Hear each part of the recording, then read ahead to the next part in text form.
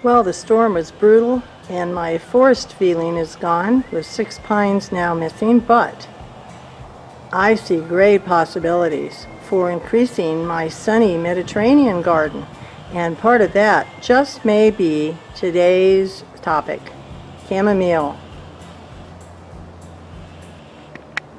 Well, it was pretty shocking to have 30-year-old pine trees have to come down. I think 6 of them total. And you know what? I love those trees, and I felt really bad to see them come down. Our resident squirrel was not a happy camper at all either. But you know what I found?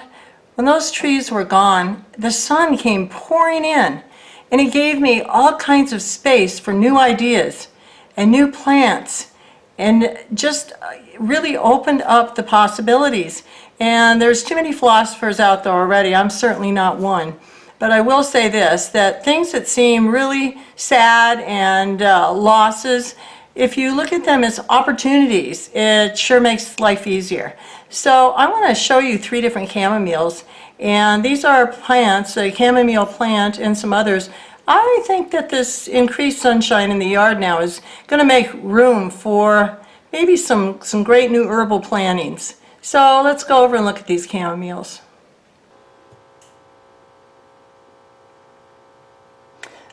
Alright, tea and herbal lovers, I'm sorry about the little buzz from this light, but I think you can hear me just fine. And we're going to look at 3 different ways to enjoy chamomile.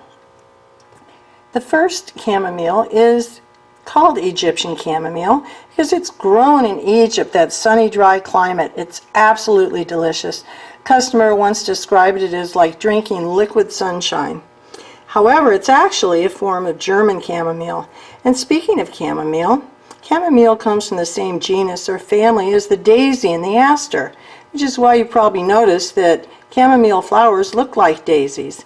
It's the Asteraceae family, and it has a number of flowers and plants in it, chamomile being one.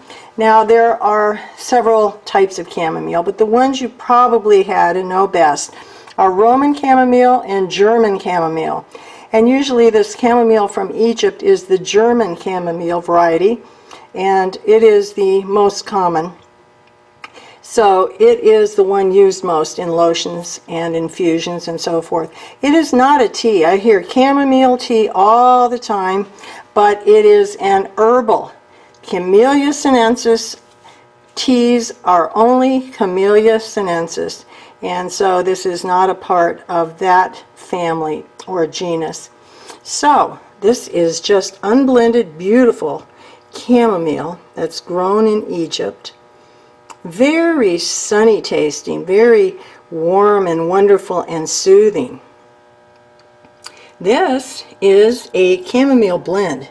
You can see the chamomile, but it also has some rooibos, some green rooibos, and then it has some citrus peel, and I believe, let me double check, we've also, I think in this blend, we have some,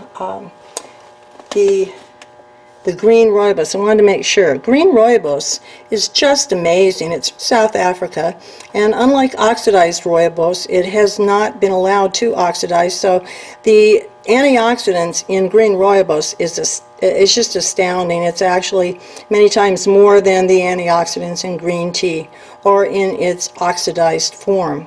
They're all wonderful, but this green rooibos is something else. And so you can see this blend has a nice warm citrusy taste to it, very refreshing. It actually makes a very good iced drink. And then the third one here is a blend with peppermint, and it has other things, but not so much the chamomile here. There is chamomile in it, but many other things, including peppermint, fennel, licorice root. Just a wonderful soothing kind of blend. You can kind of see some of the components of that blend. And this is so good for soothing upset stomachs. In fact, I want to talk to you a little more about some of the known benefits of chamomile, and I'm going to link an article in the description that you can read for even more benefits. by someone who is more competent to speak in the area of health.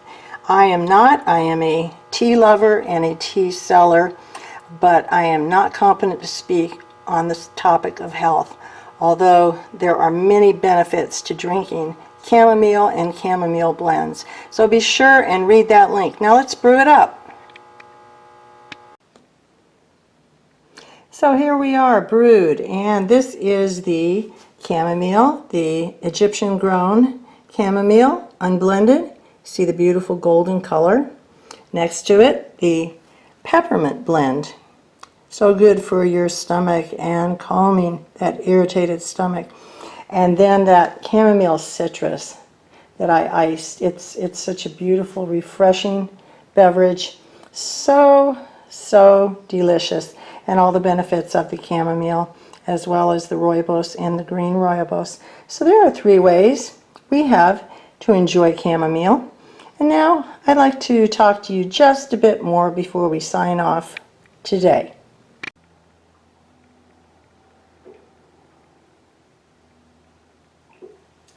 That's refreshing. It'd be good with a little honey, a little raw honey too. Well, tea lovers, herbal lovers, and friends, thank you for watching today. Hi friends, just a couple more thoughts on chamomile. When you brew chamomile, I would brew it at about 195 Fahrenheit, that's just under the boil, and I wouldn't take it out over 4 minutes, because some people experience bitterness with teas and herbals that go over 4 minutes. So chamomile, I would keep it between 3 and 4 minutes. I also want to mention it has a type of antioxidants that are really beneficial as well. So yes, some herbals do have really good benefits, and I hope chamomile is one that you will try. I'm going to try planting it. Maybe you'd like to try that too. So have a great week, and we will see you within a week at least. And I think I'm going to make some cranberry muffins. Did I mention that? With green tea. I think it's going to be pretty good. So if that's it, let's look forward to that. And we'll see you next time. Thank you. Bye-bye.